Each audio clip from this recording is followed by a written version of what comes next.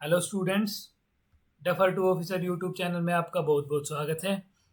आज हम डीएसएसबी ने पिछले 3 महीने में जो भी एग्ज़ाम्स लिए हैं उसमें जो जीएस का ट्रेंड आया उसको डिकोड करेंगे। मेरा डीएसएसबी एसएपीए जेजे तीनों एक का टायर 1 क्लियर है, एसएपीए का टायर 2 भी क्लियर है और स्किल टेस्ट भी मैं दे चुका हूँ। उसका रिजल्ट आप आना बाकी है, आपको पता है अभी हुआ है वो। इससे पहले मैंने ये सारे एग्जाम्स भी क्लियर कर रखे हैं। Haryana police, Haryana Punjab high court clerk, SSC CPO, SSC CGL 2022, SSC CPO 2022, SSC MTS 2022, EMRS hostel warden 2023 और अभी डीएसएसबी एसएपीए जेजे। अभी मैं इनकम टैक्स गुरुग्राम में पोस्टेड हूँ, इसलिए फ्रीक्वेंटली वीडियो नहीं डाल पाता। लेकिन पिछली जो मैंने GS strategy of SSC CGL बताई थी उस पर बहुत सारे व्यूज़ आए हैं और बहुत सारे लोगों को वो बहुत अच्छी लगी है, इसलिए मैंने अभी डीएसएसबी की जीएस को भी डिकोड किया है। अगर इस पे भी ऐसा ही रिस्पॉन्स आया तो मैं बाकी सब्जेक्ट के बारे में भी आपको बहुत अच्छे से एक्सप्लेन करूंगा। अभी स्टार्ट करते हैं।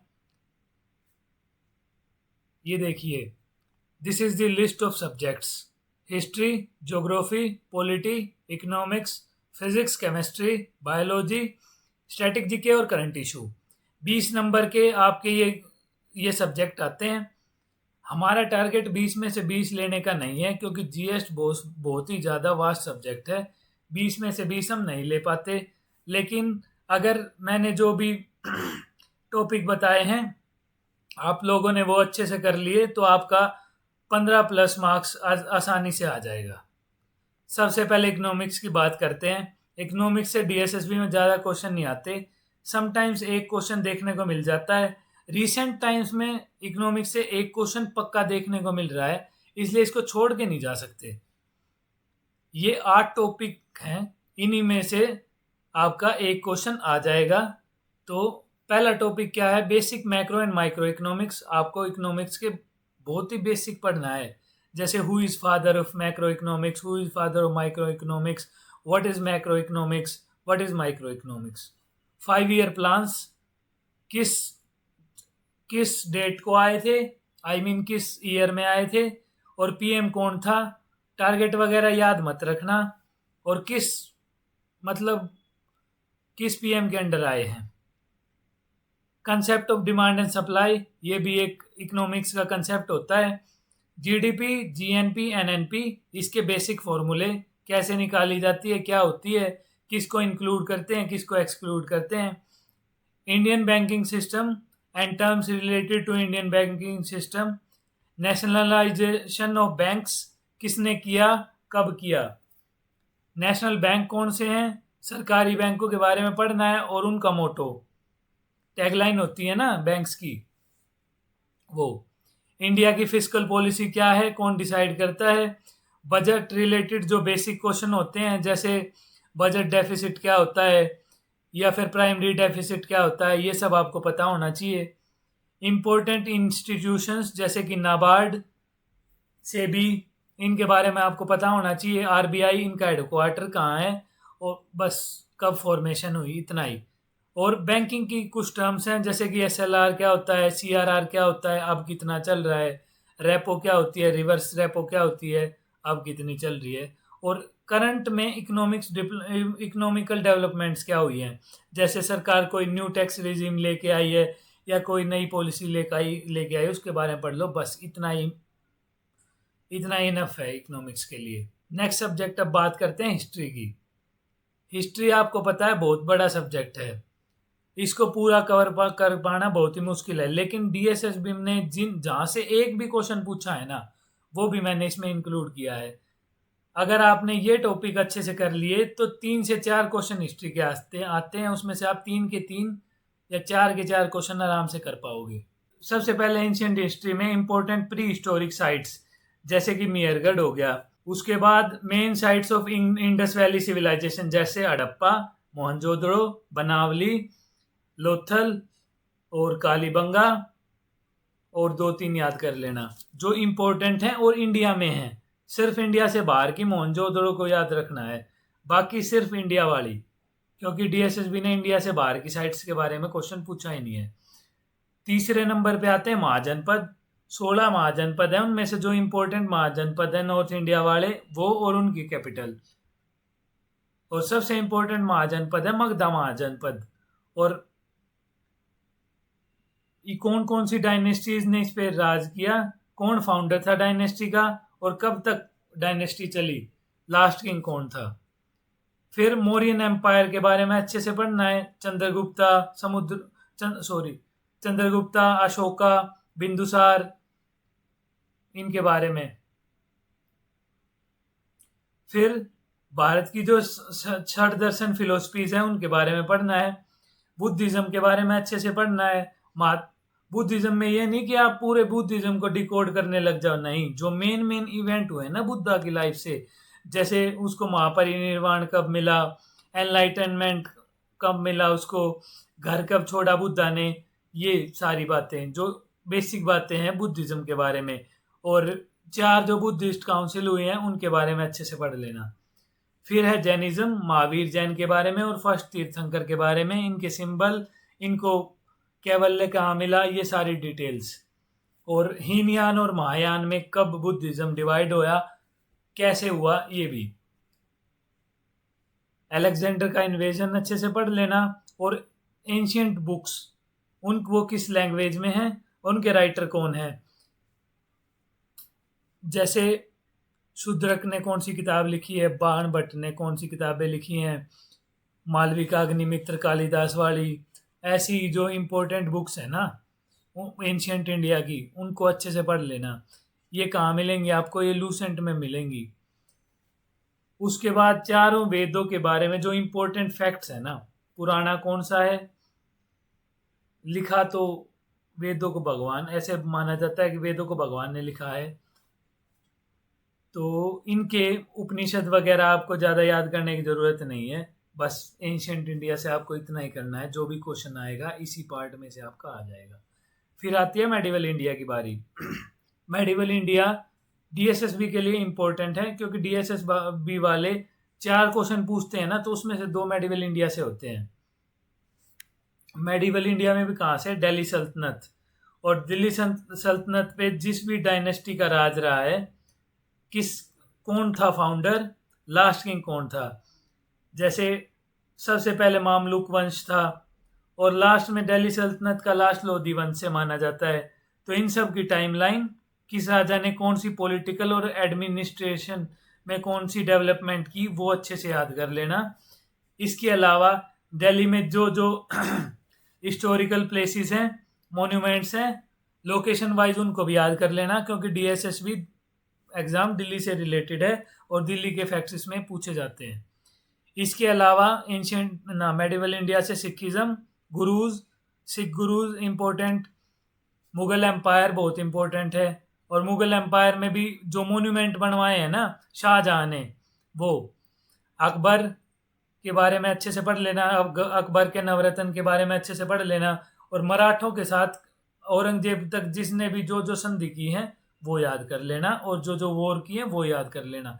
ज़्यादा इसमें नहीं डूबना है कि आप किसी परगने की वॉर को भी रटने लग जाओ, नहीं। जो जो इम्पोर्टेंट वॉर्स हैं, जैसे हल्दी घाटी का युद्ध हो गया, फर्स्ट वॉर ऑफ पानीपत होगी, सेकेंड बैटल ऑफ पानीपत होगी, या फिर सूरजी अर्जन गांव की संधि होगी, या मराठों फर्स्ट एंग्लो मराठा वार होगी, वो तो खैर मॉडर्न का पार्ट मानते हैं उसको, लेकिन आप समझ गए ना मेरी बात। इम्पोर्टेंट बैटल जैसे हल्दी घाटी, और ये भाई प्लासी का battle of Plassey, battle of Buxar, ऐसी बैटल, ना कि छोटे छोटे गांवों की बैटल, वो नहीं याद करनी आपको।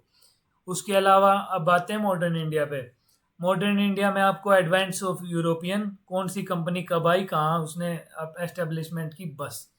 ज़्यादा नहीं पढ़ना कि भाई कौन उसका फर्स्ट गवर्नर था, क्या था, कुछ नहीं। डीएसएसबी पूछता ही नहीं क्वेश्चन इससे। Important battles with English and French की जो जो हुई है, जैसे first Anglo French war, battle of Wandiwash वगैरह पढ़ लेना। उसके बाद जो सोशो रिलीजियस रिफॉर्म्स हुए या ऑर्गेनाइजेशन बनी है, जैसे राजा राम मोहन राय वाली होगी, आत्मीय सभा, या फिर आर्य समाज हो गया, ये जितनी भी एसोसिएशन है ये सारी पढ़ लेना। फिर Congress and it's important sessions, जैसे पहला सेशन उसका प्रेजाइडिंग ऑफिसर कौन था, किसने प्रिजाइड किया है, या फिर लखनऊ पैक्ट कब हुआ, किसने प्रिजाइड किया, सूरत में सूरत सेशन में कौन ऑफिसर था प्रिजाइडिंग, ये सब आपको याद करना है। कांग्रेस के बारे में भी आपको ज़्यादा डिटेल्स में याद नहीं करना। इसके अलावा मॉडर्न से आपको गांधी एंड नेहरू को अच्छे से याद करना है। कब गांधी जी आए इंडिया में, इन्होंने सबसे पहले कहाँ पे सत्याग्रह किया, सबसे पहले इन्होंने कहाँ पे किसके साथ कौन सी ट्रीटी की या संधि की। जैसे गांधी जी ने इसके डॉक्टर भीमराव अंबेडकर के साथ पूना पैक्ट किया था, तो ये पैक्ट वगैरह आपको याद करने हैं। इसके अलावा मोंटेग्यू चेम्सफोर्ड रिफॉर्म्स हो गए, मोर्ले मिंटो रिफॉर्म्स हो गए, या फिर रोल टैक्ट हो गया, लाला लाजपत राय जी हो गए, भगत सिंह जी हो गए। इनके बारे में, अच्छे सारे के बारे में आपको मोटा मोटा याद करना है, ज़्यादा डीपली नहीं घुसना है। रिवॉल्यूशनरी के बारे में भी ज़्यादा डीपली नहीं जाना है, सिर्फ आपको बेसिक पता होने चाहिए और क्रोनोलॉजी पता होनी चाहिए, कौन कब आया था। इम्पोर्टेंट पॉलिटिकल डेवलपमेंट्स याद करनी है आपको, जैसे 1935 गवर्नमेंट ऑफ इंडिया एक्ट, या फिर 1909 मोर्लेमिंटो रिफॉर्म्स। ऐसे जो मेन पॉलिटिकल डेवलपमेंट्स थे ना, वो याद करने हैं। उसके अलावा इंडिपेंडेंस कब मिला, उस टाइम पे गवर्नर जनरल कौन था, ये सब आपको याद करना है। हिस्ट्री इतनी ही करनी है, इससे ज़्यादा हिस्ट्री करोगे पजल हो जाओगे, टाइम भी बहुत कम है। ये इंपॉर्टेंट टॉपिक है, अगर आपको कोई बुक ना मिले तो लूसेंट से कर लेना। बस इतना ही करना है हिस्ट्री में, इससे ज़्यादा में मत घुसना, बार बार बोल रहा हूँ मैं ये। अब आती है ज्योग्राफी की बारी। भाई ज्योग्राफी से 4 से 5 क्वेश्चन पूछे जाते हैं और 3 से 4 क्वेश्चन तो इसके पक्का आते हैं। ज्योग्राफी के टॉपिक ज़्यादा हैं क्योंकि बड़ा सब्जेक्ट है, और DSSB वाले ज्योग्राफी पे और पॉलिटी हिस्ट्री पे मेन फोकस रखते हैं। तो सब ये है टॉपिक।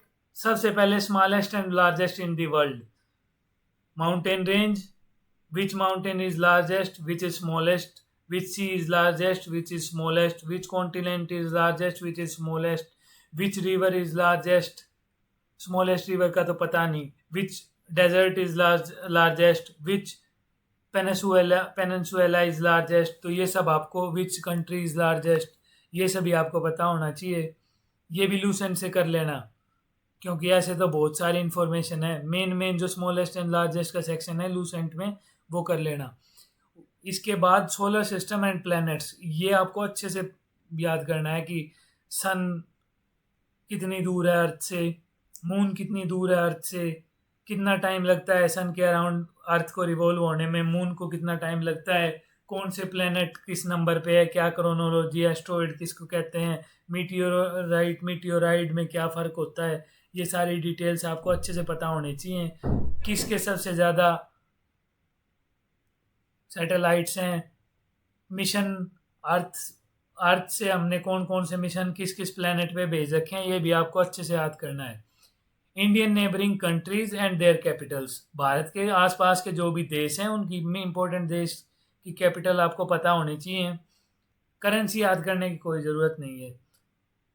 इसके अलावा इंडिया की लैटिट्यूडनल लॉन्गिट्यूडनल लेंथ, और भाई कौन सा लैटिट्यूड कहाँ से पास करता है, 10 डिग्री चैनल, 8 डिग्री चैनल कहाँ से पास करते हैं, कितनी डिस्टेंस है नॉर्थ से साउथ और ईस्ट से वेस्ट, बाउंड्री किस किस देश को लगती है, और क्या नाम मैरीटाइम बाउंड्री कितनी है और लैंड बाउंड्री कितनी है, ये सारी डिटेल आपको पता होनी चाहिए। कौन सी स्टेट बड़ी है, कौन सी स्टेट छोटी है, किस स्टेट की पॉपुलेशन ज़्यादा है, किस स्टेट की पॉपुलेशन कम है, सबसे ज़्यादा लिटरेसी कहाँ है, सबसे कम लिटरेसी कहाँ है, सबसे ज़्यादा सेक्स रेशो कहाँ है, सबसे ज़्यादा कम सेक्स रेशो कहाँ है, ये सारी डिटेल भी आपको अच्छे से याद होनी चाहिए क्योंकि इससे क्वेश्चन आते हैं। International organisations and their headquarters, ये जो UNICEF, UNCTAD, OPEC, World Bank, और क्या नाम है एशियन डेवलपमेंट बैंक, IMF, इन सब के हेडक्वार्टर आपको पता होना चाहिए जो भी अभी रिसेंटली न्यूज़ में है, और इनके हेड कौन है उसका आपको पता होना चाहिए। ये मत याद करने लग जाना किस में कितने देश हैं, कौन कब ऐड हुआ, ये इंफॉर्मेशन काम की नहीं है, ना कोई पूछता, सिर्फ कहाँ है और हेड कौन है, प्रेजेंट हेड कौन है।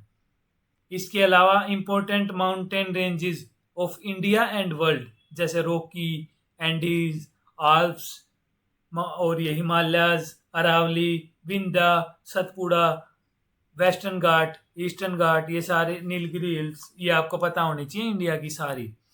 और इनकी सबसे हाईएस्ट पीक कौन सी है, इंपॉर्टेंट रेंजेस की हाईएस्ट पीक आपको पता होनी चाहिए। मेन टूरिस्ट प्लेसेस, जो हिल स्टेशन पे टूरिस्ट प्लेसेस है ना, वो याद कर लेना, जैसे ऊटी कहाँ है, माउंट आबू कौन से उस पे रेंज पे पड़ता है, दार्जिलिंग कौन सी रेंज पे पड़ता है, ये सब आपको पता होना चाहिए। और जो जो इंडिया के डिस्प्यूटेड आइलैंड्स हैं अदर कंट्रीज के साथ, वो भी याद करने हैं। फिर आते फिजिकल ज्योग्राफी पे, एटमॉस्फेरिक लेयर्स याद करनी है आपको, stratosphere, troposphere, mesosphere, exosphere, thermosphere आपको पता होने चाहिए, कौन सी लेयर कहाँ है, कितनी ऊपर है, कितने डिस्टेंस पे, ये सब याद कर लेना। ज़्यादा डिटेल नहीं कि टेम्परेचर कहाँ घटता है, टेम्परेचर कहाँ बढ़ता है, ये सब प्रेशर कहाँ ज़्यादा है कहाँ कम है, ये सब याद करने की ज़रूरत नहीं है। इसके बाद आते हैं ट्रॉपिकल एंड टेम्परेट ग्रासलैंड्स के नाम, वेल्ड्स कहाँ है, पंपास कहाँ बोलते हैं, किसको बोलते हैं, प्रेरीज किसको बोलते हैं, ये सब आपको पता होने चाहिए। Slash and burn cultivation India में किस नाम से जानी जाती है, झूम कहाँ कहते हैं, ये सब आपको पता होना चाहिए।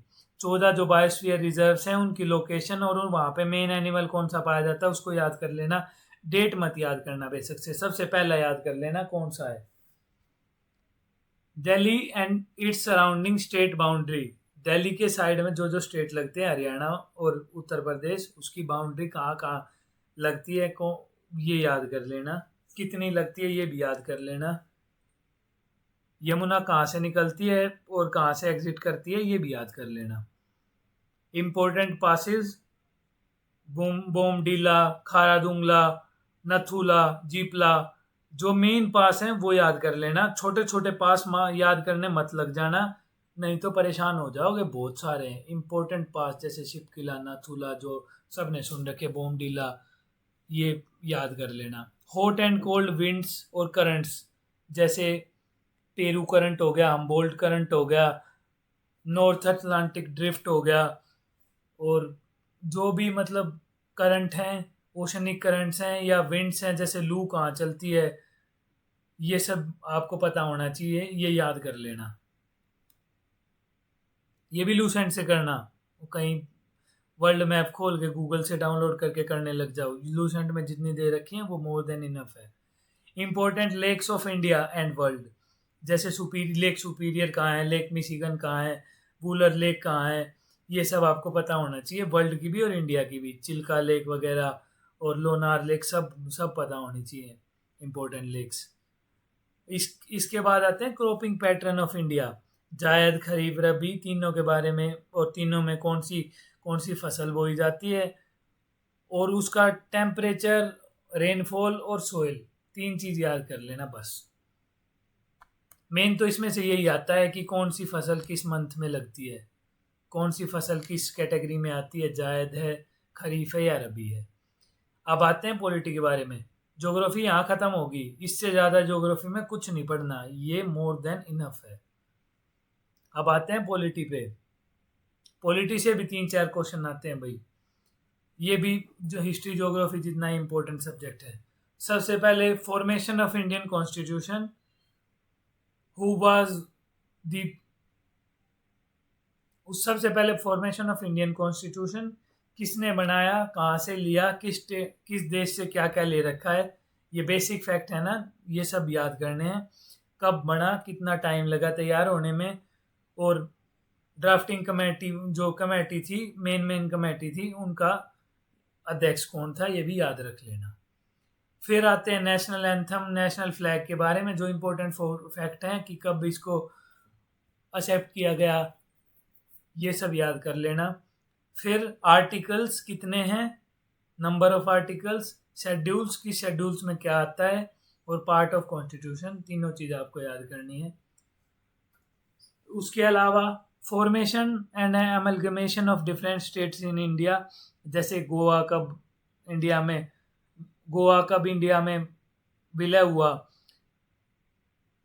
लक्षद्वीप कब विलय किया गया, इसके अलावा कर्नाटक, ना सॉरी सॉरी कर्नाटक नहीं, इसके अलावा पौंडीचेरी का कब विलय हुआ, ये जो स्टेट्स, सिक्किम का विलय हुआ है ये याद कर लेना, जो 1947 के बाद इंडिया में मिले हैं। फिर आते हैं आर्टिकल्स पे, fundamental right, fundamental duty, DPSP और सिटीजनशिप से भी क्वेश्चन आने लग गए हैं। मतलब 1 से 51A तक आर्टिकल आपको याद होने चाहिए, अच्छे से याद होने चाहिए। और इंडिया के डिफरेंट पीएम्स क्रोनोलॉजिकल वाइज और presidents of India chronology wise, ये भी याद रख लेना। वॉइस प्रेसिडेंट को याद करने की कोई ज़रूरत नहीं है, सिर्फ ये याद रख लेना कि इनमें से कौन भारत का पीएम था या नहीं था, और था तो कौन सा पहले था कौन सा बाद में आया, बस। डेट्स, पर्टिकुलर डेट्स नहीं पूछते ये। अब हाँ, एक और बात, अमेंडमेंट्स याद कर लेना, लैंग्वेज से रिलेटेड तो ज़रूर। उसके अलावा जो भी अमेंडमेंट हुए हैं, जैसे जो भी मेन हुए हैं, जैसे कि पंचायती राज का अमेंडमेंट हुआ था, राइट टू एजुकेशन हुआ था, तो ये मेन अमेंडमेंट है। अमेंडमेंट 42, 44, 24, 25, जीएसटी वाला, ये ईडब्ल्यूएस वाला, ये जो रिसेंट है ना, इनको याद कर लेना। इंडियन पार्लियामेंट 2 सदन, कितने सदस्य हैं, इसके क्या क्या फीचर हैं, कितने % मिनिस्टर, प्रेसिडेंट को ना प्राइम मिनिस्टर को मिला के, ये सब याद कर लेना। सीएम्स के बारे में याद करने की कोई ज़रूरत नहीं है, थोड़ा दिल्ली के बारे में पढ़ लेना कि लोकसभा में कितने हैं और राज्यसभा में दिल्ली से कितने जाते हैं, दिल्ली की विधानसभा में कितने हैं, ये सब याद कर लेना।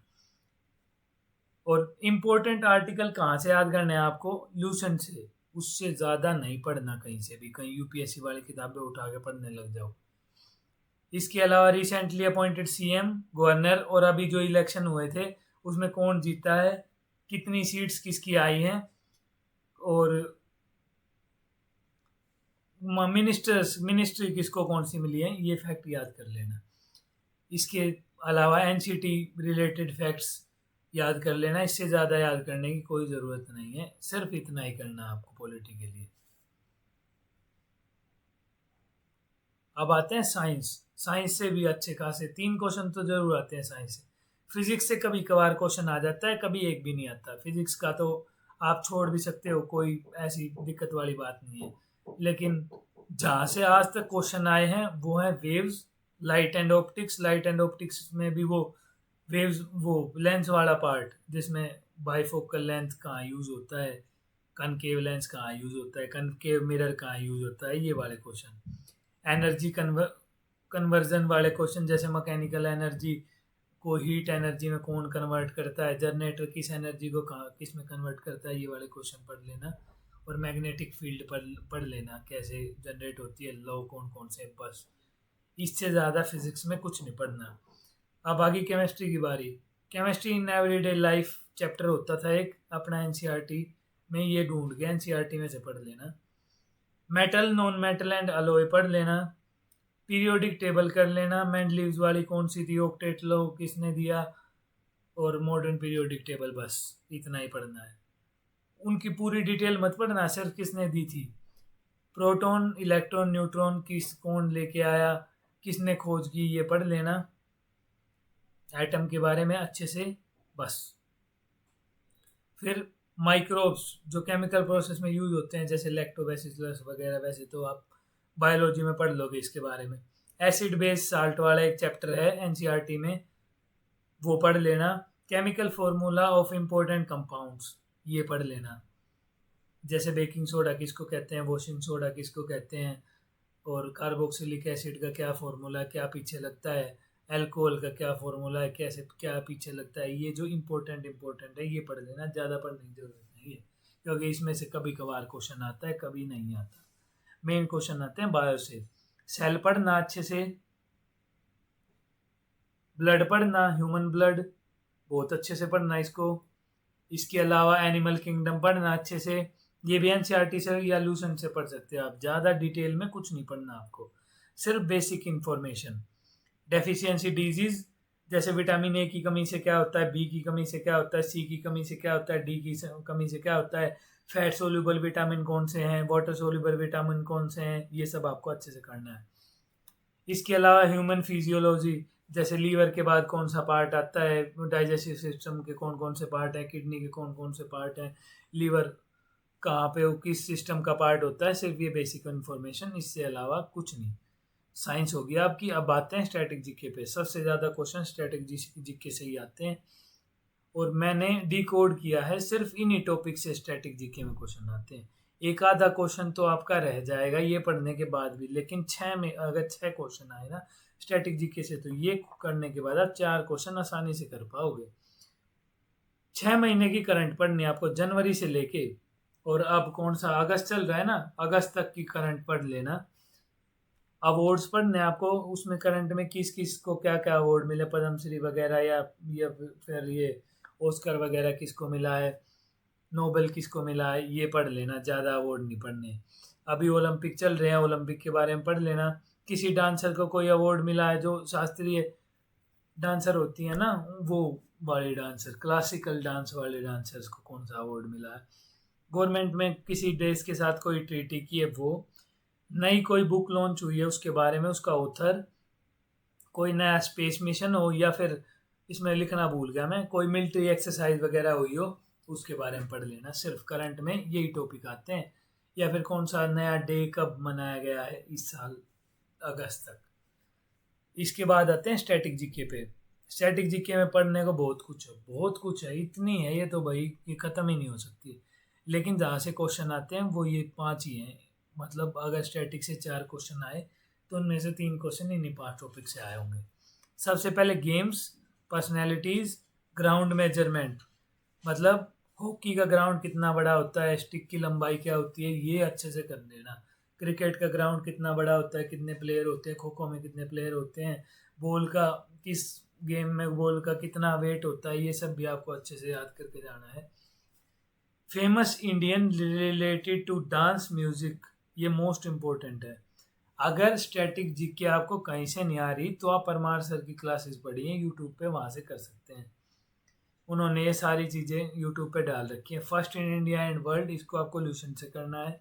फेमस बुक्स एंड ऑथर्स, ये आपको पता होने चाहिए। जैसे कोई भी फेमस ऑथर लगा लो, जैसे रस्किन बॉन्ड की किताबें होंगी, भारत में जवाहरलाल नेहरू की किताबें होंगी, मनमोहन सिंह की किताबें होंगी, या फिर पीएम मोदी की किताबें कौन सी हैं, महात्मा गांधी की किताबें कौन सी हैं, जवाहरलाल नेहरू जी की किताबें कौन सी हैं, या फिर सूर्यकांत त्रिपाठी, निराला, प्रेमचंद जी की किताबें हैं। ये जो फेमस ऑथर है ना, इनकी किताबें आपको पता होनी चाहिए। और एक जो मेन फेस्टिवल है वो कहाँ मनाए जाते हैं, स्टेट फेस्टिवल भी याद करने पड़ेंगे आपको, सिर्फ मेन, जैसे बिहू कहाँ का है, ये बोट रेस कहाँ होती है, ओणम कहाँ का है, वैशाखी कहाँ मनाई जाती है, सिर्फ ये वाले इम्पोर्टेंट। इसके अलावा आपको जीके में कुछ करने की ज़रूरत नहीं है। अगर आपने ये टॉपिक भी जीके में कर लिए तो आपके 15 मार्क्स कहीं नहीं गए। ये मैंने अब तक डीएसएसबी ने जितने भी पेपर लिए हैं ना, जो भी अवेलेबल हैं, उन सब की रिसर्च करके अच्छे से मतलब डिकोड किया है।